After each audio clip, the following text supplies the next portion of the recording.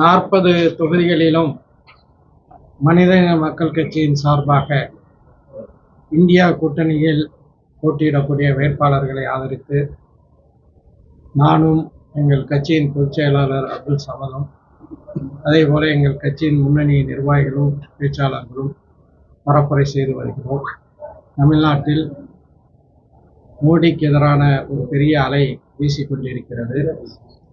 திமுக தலைமையில் தமிழ்நாட்டில் இயங்கக்கூடிய இந்தியா கூட்டணி வேலூர் உட்பட தமிழ்நாடு மற்றும் புதுவையில் 40 தொகுதிகளிலும் அமோகமாக வெற்றி பெறும்.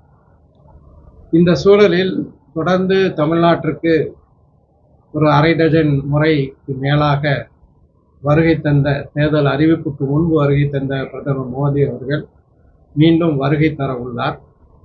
அதில் புதிதாக அவர் கச்சத்தீவை பற்றி சில செய்திகளை குறிப்பிட்டிருக்கிறார். நான் 2011 முதல் 2016 வரை ராமநாதபுரம் சட்டமன்ற உறுப்பினராக இருந்தேன். எனக்கு தமிழ்நாட்டு மீனவர்கள் சந்திக்கக்கூடிய பிரச்சனைகள் நன்றாகவே தெரியும். 31/1/2014 அன்று ராமேஸ்வரம் தீவில் உள்ள பாம்பனில் அன்றைய பாஜக தலைவர் சுஷ்மா ஸ்வராஜ் தலைமையில் கடல் தாமரை போராட்டம் ஒன்று நடத்தப்பட்டது.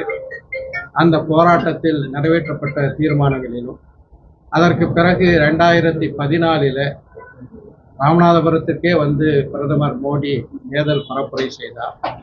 2019 தேர்தல் பரப்புரை செய்தார். அப்போது பல்வேறு வாக்குறுதிகளை பாஜகவின் சார்பாக மீனவர்களுக்கு வழங்கப்பட்டது. உதாரணமாக, பாரம்பரிய மீனவர்கள் பழங்குடியினர்களாக கருதப்படுவார்கள் என்பது ஒரு மிக முக்கியமான ஒரு வாக்குறுதி. அது மட்டுமல்லாமல் தமிழக மீனவர்கள் இலங்கை கடற்படையினரால் தாக்குதலுக்கு இலக்காவதை நாங்கள் தடுத்து நிறுத்துவோம், அதிக மீன்வள பகுதிகளை கண்டுபிடிப்பதற்கான கருவிகளை எல்லாம் தருவோம் என்றெல்லாம் வாக்குறுதி அளித்தார்கள். ஆனால் இந்த வாக்குறுதிகளில் ஒன்றை கூட கடந்த 10 ஆண்டுகளாக பாஜக நிறைவேற்றவில்லை. அது மட்டும் இல்லாம இந்த பாஜகவினுடைய 10 ஆண்டு காலகட்டத்தில் தமிழக மீனவர்களுடைய 400 படகுகளை இலங்கை கடற்படை கைப்பற்றி இருக்கிறது.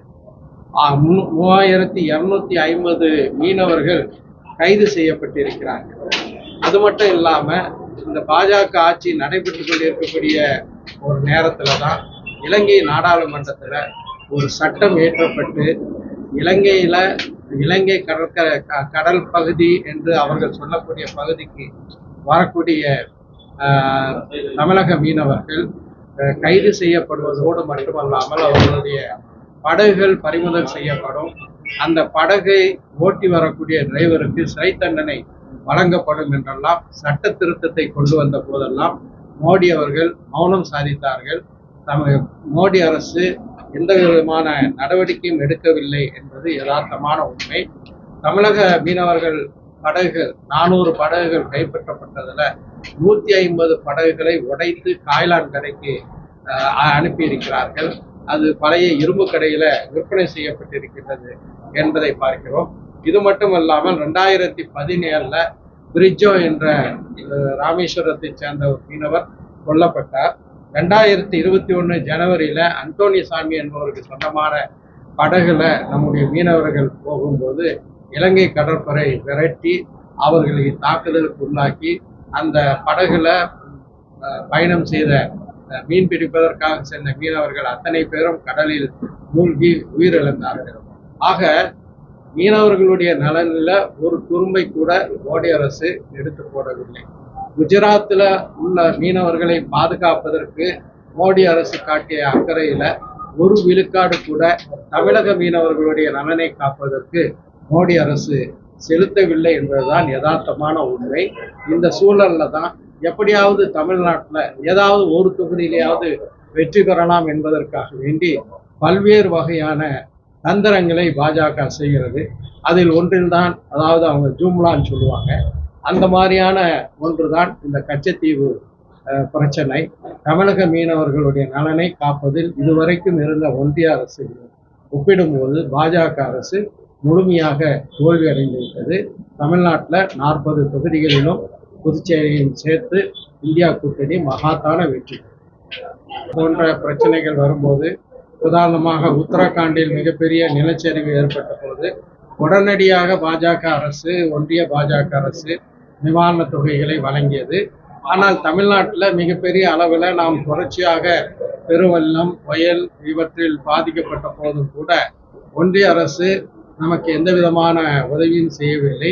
எனவே இப்போதெல்லாம் உச்ச நீதிமன்றத்துக்கு சென்றுதான் நீதியை பெற வேண்டிய ஒரு நிலை ஏற்பட்டிருக்கிறது. தமிழ்நாட்டில் நம்முடைய அமைச்சர், நம்முடைய திராவிட முன்னேற்ற கழகத்தினுடைய முன்னணி நிர்வாகி பொன்முடி அவர்கள் அமைச்சராக பதவியேற்பதற்கு, பதவி பிரமாணம் செய்து வைப்பதற்கு ஆளுநர் ரவி மறுத்துவிட்டார்.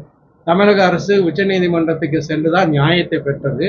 அதுபோல இது ஒரு சிறந்த ஒரு முடிவை தமிழ்நாட்டு முதலமைச்சர் தளபதி மு க ஸ்டாலின் அவர்கள் எடுத்திருக்கிறார்கள். பாராட்டுக்குரியது.